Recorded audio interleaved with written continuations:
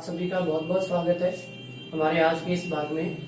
आज हम कवि हरिवंश राय बच्चन की शेष रही व्याख्याओं का अध्ययन करेंगे। देखिए, मैं यौवन का उन्माद लिए फिरता हूँ, उन्मादों में अवसाद लिए फिरता हूँ। देखिए, यौवन का अर्थ होता है जवानी, उन्माद का अर्थ है पागलपन, मस्ती अथवा सनक। कवि बच्चन कहते हैं कि मैं यौवनावस्था की अर्थात जवानी की मस्ती में मदमस्त रहता हूँ और मुझ पर सदैव यौवनावस्था की सनक सवार रहती है। उन्मादों में अवसाद लिए फिरता हूँ। उन्माद का अर्थ पागलपन, मस्ती या सनक। अवसाद का अर्थ होता है दुख, कष्ट अथवा विषाद। कि प्रेम की इस मस्ती में मुझे कभी कभी दुख एवं कष्टों का भी सामना करना पड़ता है। अर्थात मेरे जीवन में प्रेम के साथ साथ दुख भी निहित रहते हैं, जो मुझको बाहर हंसा रुलाती भीतर। कि यह प्रेम मुझे बाहर अर्थात सबके समक्ष तो प्रसन्न चित्त दिखलाने का प्रयास करता है, परंतु भीतर ही भीतर मुझे कष्ट प्रदान करता है। मैं हाय किसी की याद लिए फिरता हूँ। कवि कहता है यह इस कारण है क्योंकि मैं अपने हृदय में अपने किसी प्रियतम की मधुर स्मृतियों को संजोए हुए हूँ और वे मधुर स्मृतियां आने पर अथवा उसकी याद आने पर अथवा उसके ना मिलने पर मुझे अत्यधिक दुख एवं कष्ट होता है। देखिए अगली व्याख्या। कर यत्न मिटे सब, सत्य किसी ने जाना, नादान वही है हाय जहां पर दान। व्यक्ति की स्वार्थपन की नीति की ओर यहां संकेत किया गया है। कवि कहता है कि इस संसार के लोग अनेक प्रकार के यत्न करते हुए, यत्न का अर्थ है प्रयत्न अथवा प्रयास, कि अनेक प्रकार के प्रयास करने पर भी इस संसार के सांसारिक लोगों ने जीवन रूपी सत्य को नहीं जाना।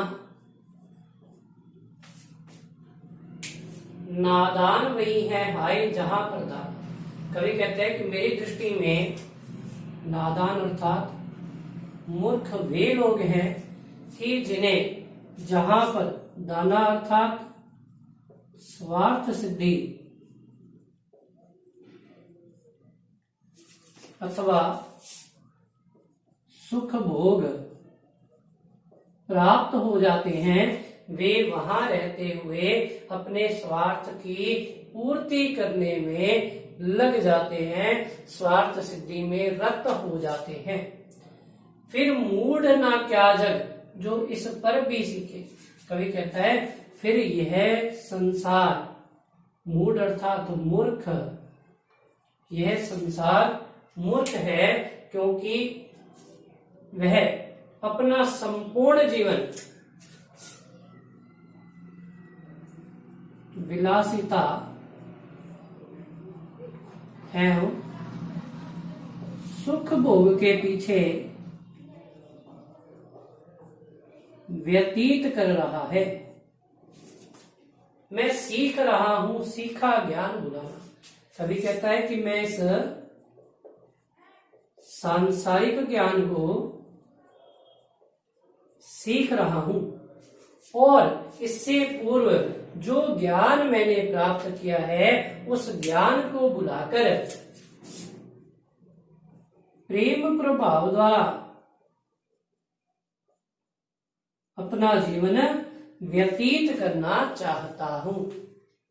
देखिए अगली व्याख्या, मैं और जग और कहाँ का नाता, मैं बना बना कितने जग रोज मिटाता। देखिए इसमें कवि ने अपने सांसारिक अनुभवों को चित्रित करने का प्रयास किया है। कवि कहता है कि मैं प्रेमी हृदय हूं और प्रेमी हृदय होने के कारण मेरे हृदय में दूसरों के प्रति प्रेम का भाव है और यह सांसारिक लोग केवल सांसारिकता में लिप्त रहते हैं अथवा स्वार्थ सिद्धि में लिप्त रहते हैं। इस कारण मुझ में और इस संसार के सांसारिक लोगों में किसी प्रकार की समानता अथवा संबंध नहीं है। मैं बना बना कितने जग रोज मिटाता, कि मैं रोज नवीन आशाएं बुनता हूं और उन आशाओं की पूर्ति ना होने पर उन्हें मिटा देता हूं और पुनः नई आशाएं संजोने का प्रयास करता हूं। जग जिस पृथ्वी पर जोड़ा करता वैभव, कवि कहता है कि यह संसार इस पृथ्वी पर केवल सुख भोग को प्राप्त करने का ही प्रयास करता है। मैं प्रति पग से उस पृथ्वी को ठुकराता, कि मैं ऐसे संसार को अपने पैरों से ठुकराता हूं अथवा उसे स्वीकार नहीं करता, क्योंकि इस संसार में केवल स्वार्थपन की नीतियां ही समाहित हैं। मैं निज रोदन का राग लिए फिरता हूं। कवि कहता है निज अर्थात अपने,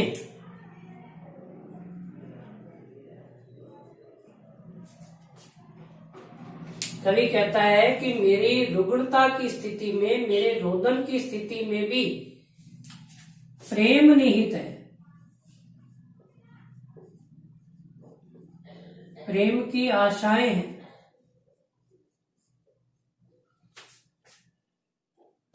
और मैं अपने गीतों के माध्यम से अपने इस प्रेम को अभिव्यक्त करने का प्रयास करता हूं। शीतल वाणी में आग लिए फिरता हूं। कवि कहता है कि मेरी वाणी शीतल है, परंतु प्रेम की विरहानुभूति के कारण वह तप्त रहती है अथवा उष्म रहती है अथवा मुझे कष्ट प्रदान करती है। हो जिस पर भूपों के प्रसाद निछावर, भूपों के अर्थात राजाओं के। कवि कहता है कि इस भूमि पर राजाओं के प्रासाद अर्थात महल विद्यमान है। मैं खंडहर का वह भाग लिए फिरता हूं, कि मेरा प्रेमी हृदय प्रेम की विरहानुभूति के कारण एक खंडहर की भांति है, परंतु प्रेम से संचरित होने के कारण मैं अपने इस प्रेमी हृदय को इन राजाओं के महलों पर भी न्योछावर करता हूं। अर्थात मैं प्रेम से सराबोर होकर ही अपने संपूर्ण जीवन को व्यतीत करना चाहता हूं। देखिए अगर विशेष की बात की जाए इसमें, तो यहाँ आपके पुनरुक्ति प्रकाश अलंकार का प्रयोग हुआ है और साथ ही साथ इसमें तुकांतता प्रदर्शित की गई है और छंद मुक्त रचना है, भाषा सरल सहज है। आशा करता हूं कि आपको कवि हरिवंश राय बच्चन की व्याख्याएं भली भांति समझ में आई होंगी, और यदि आपको यह भाग रोचक लगा हो तो चैनल को लाइक और सब्सक्राइब करना ना भूलें। धन्यवाद।